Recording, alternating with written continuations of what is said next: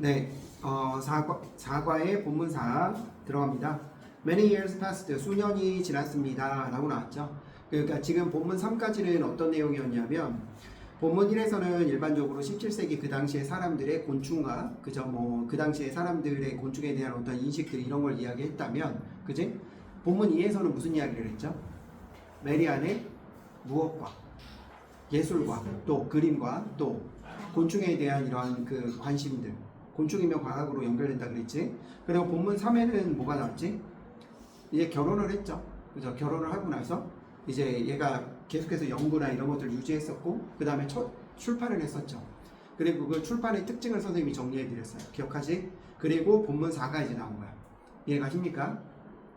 본문 3의 내용 마지막 부분 빨리 한 번만 봐봐. 마지막 부분이 무슨 내용이었어요? 얘 첫 출판, 그러니까 얘가 처음으로 책을 낸 것의 특징이 무엇인지를 정리했었지. 그래서 거기가 포인트야. 내용적으로 보면.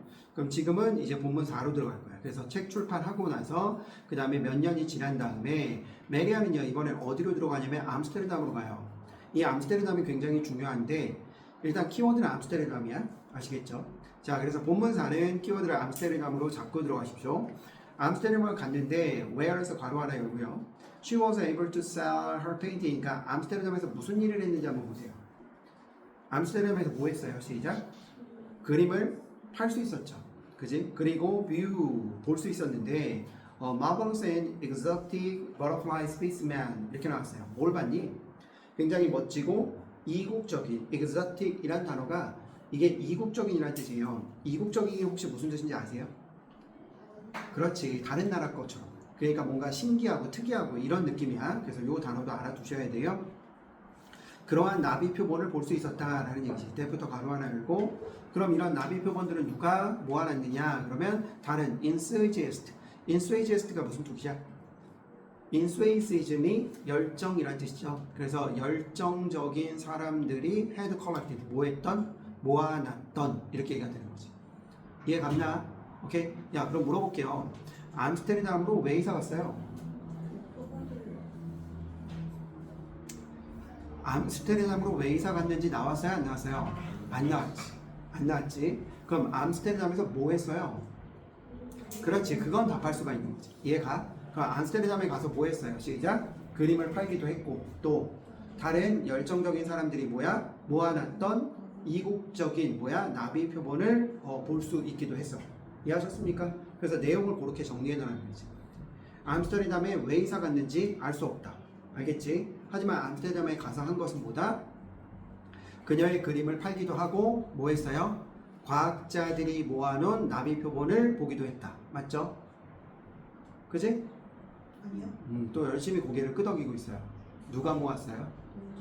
그래, 과학자들이 아니야. 아시겠지? 그러니까 잘 기억하고 계시고. 자, 그 다음에 거기 collected라는 단어가 나왔는데, 얘들아 이건 너무 쉬운데 collect라는 단어 있잖아. 이거하고요, correct라는 단어 아시죠? 그죠? 요거는 무슨 뜻이야? 이건 모으다 수집하다. 요거는 그렇지, 바로 잡다. 그지? 요렇게 얘기가 되는 거예요. 그래서 그 두 가지는 알아두세요. however 나왔으니까 꺽쇠 한번 꺾고 들어가자. however, 그러나 꺽쇠 꺾고, 그 다음에 잘 보세요. 지금 암스테르담에 가서 자기 그림도 팔 수 있었고, 그 다음에 다른 열정적인 사람들이 모아놓은 나비 표본들도 볼 수가 있었잖아. 나비는 얘한테 굉장히 큰 의미가 있죠. 그죠? 왜냐면 얘의 그 주된 관심의 대상이 이제 곤충 쪽이잖아. 그러니까 나비에 대해서 굉장히 큰 관심이 있는데, 아니 그러면 이 정도면 만족할 만도 한데 그러나라고 역접이 걸렸어. 맞지? 꺽쇠 한번 꺾고, 그리고 그 뒤에 문장 형광펜으로 밑줄 치고 saying서부터 habitat까지 밑줄 쭉 치워줘요. saying서부터 habitat까지 형광펜으로 밑줄 쭉. 빨리빨리 좀 반응했으면 좋겠네. 됐지? 자, saying서부터 어디까지? made 전까지지? 그래서 여기까지가 주어네. 그래서 보는 것이야. 이러한. 그러면 선생님이 여기 꺽쇠 꺾었잖아. 꺽쇠를 꺾었으면 일단은 역접이기 때문에 꺾기도 했었고, 또 다른 순서 포인트가 뭐냐면 these lifeless creature. 이해 갑니까? 방금 전에 나비 표본을 모았다 그랬잖아. 너희들도 뭐 과학 시간에 표본 같은 거 모으는지 모르겠지만 그런 거 있죠? 이렇게 뭐 상자 같은 데다가 이렇게 투명하게 해놔갖고 거기다가 핀셋 같은 걸로 탁 꽂아놓은 거. 있지? 그러면 걔네들은 살아있어, 죽었어? 죽었어. 그래서 lifeless creature 이렇게 표현이 된 거야. 이해가죠? 그 다음에 struck, 그 다음에 cases까지 괄호로 묶어버리시고요. 그러면 stuck이라는 단어를 보시면 얘가 stick이라는 단어의 PP형이거든요. 그죠? 그래서 꽂혀있는 이렇게가 되는 거죠. 고정되어 있는. 그러면 스톡의 형태 잘 기억하시고 PP. 그리고 이것이 단지 만들었습니다. 메리안이 그죠? made 나왔으니까 몇 형식이겠어요? 5형식. 그러면 desire라는 단어 보이시죠? 그죠? 그럼 desire의 품사가 뭡니까? 시작. 동사 원형으로 들어가야 되는 거지. 알겠죠? 오케이. 그럼 메리안이 바라도록 만들었습니다. 뭐 하기를 바라냐면 그것들. 그럼 여기서 그것들을 지칭하는 건 뭐야? 표본들을 나비들을 그죠? 어디서 보겠다고? 시작. 걔네들의 실제 서식지에서 보기를 원하도록 만들었습니다. 이렇게가 되는 거야. 이해 가십니까? 자, 그럼 물어볼게. 잘 봐봐. 잘 봐. 메리안이 나비들을 실제 서식지에서 바라보도록 원하게 만든 것이 무엇입니까? 그렇지. 그러니까 그 케이스에 갇혀진 생명이 없는 죽은 창조물, 그 생명체들을 보는 일, 요것 때문에 실제로 보고 싶기를 원했다, 보기를 원했다, 이렇게 얘기가 되는 거지. 됐나? 오케이? 네. 그래서 내용 정리하시고요. 그래서 마침내 방금 전에 이제 마음이 좀 돌아섰잖아. 아, 이거 실제 서식지에서 좀 보기를 원한다. 이래서 1699년에 6월에 52세의 나이로 메리안과 그녀의 막내딸이죠. youngest daughter니까, 그죠? 우리 그때 지난번에 둘째 딸 뭐 이렇게 얘기했던 것 같은데, 그죠? 막내딸. 알겠어요? 딸 몇 명인지 몰라요. 근데 어쨌든 막내딸과 함께 갔습니다. 그러면 수리남으로 이제 떠나는데, 자, 그럼 누구랑 갔습니까? 라고 말할 수 있어, 없어? 있죠. 막내딸과 함께 갔죠. 그지? 그럼 당연히 왜 갔는지도 이제 나올 거야. 해볼게요. 가로너 슈에 배에 탑승했습니다. 그리고 하디드 나왔네. 괄호 하나 또 열고. 자, 그러면 뭐 합니까? 헤디드 향해지는 거죠. 어디로요? 수리남으로요. 그쵸? 그리고 콤마 보이지? 동격의 콤마. 그러면 그 수리남이 뭐였냐면 영역이야. 테리토리. 영역인데 belong to. belong에서 괄호 하나 열고 belong 밑에다 적자 뭐라고? 자동사. 그러면 이러한 영역은 누구에게 속해 있었냐면 네덜란드령이었다라고 이야기 되는 거죠. 됐습니까? 오케이? 무슨 말인지 아시겠죠? 자, 그래서 얘가 지금 이제 떠난 거야. 수리남으로. 오케이? 암스테르담으로 가서 암스테르담에서 그림도 팔고 그 다음에 다른 열정적인 사람들이 모아놓은 이국적인 나비 표본도 보고, 오케이? 하지만 실제 이 나비들이 실제 서식지에서 있는 모습을 보고자, 그죠? 52세 때 드디어 막내딸과 함께 수리남으로 떠난 거죠. 이해하셨습니까? 내용 잘 정리해놔. 크게 어렵지는 않은데 내용 정리, 이야기의 흐름이 있기 때문에. 자, 그 다음 문장 꺽쇠 한번 꺾어보세요. This was bold challenge. 이것은요, 그죠? 이것은요, 뭐였다? 굉장히 대담한 도전이었다. 이런 얘기예요. 자, 그럼 거기다가 꺽쇠 하나 꺾어 놓으시고, 꺽쇠는 순서니까. 자, 그 다음에, 자, 요거 두 가지를 한번 기억해 보시고요. 그 위에 나와 있는 이 bold라는 게 무슨 뜻이에요, 이게? 왜 대담한이라는 뜻이죠. 그럼 요거는 무슨 뜻일까요? 대머리, 그죠? 대머리 도전 이거 아니겠죠? 대담한 도전. 그래서 그거 알고 계세요?